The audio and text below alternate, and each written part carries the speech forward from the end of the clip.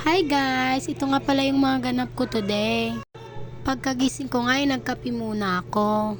Tanghali na nga ako nagising, paano ba naman napuyat kagabi.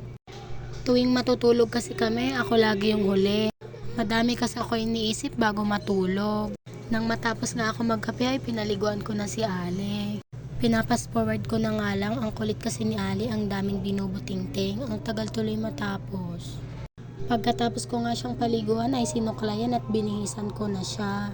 Maya-maya nga ay dumating na yung papa niya. Inutusan ko kasi siya bumili ng ulam. Hindi na nga ako nakapagluto ng ulam kasi nga tinanghali na ako magising. Nagugutom na din kasi kami kaya naman bumili na lang kami ng ulam.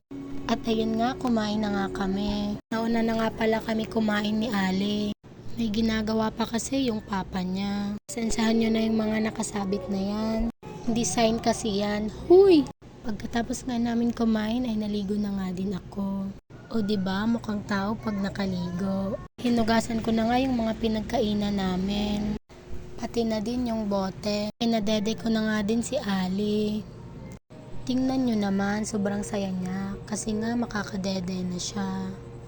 Nang makatulog na nga si Ali, ay tinupi ko na yung mga nailaban kong damit kahapon. Habang nagtutupi nga ako ay kumakanta ako. Feel na feel ko pa yung pagkanta ko. Huy! Nang matapos na nga ako sa gawain ko for the TikTok na ang person. O diba, sobrang ganda ko pag sa TikTok. Huy! Ang pikate!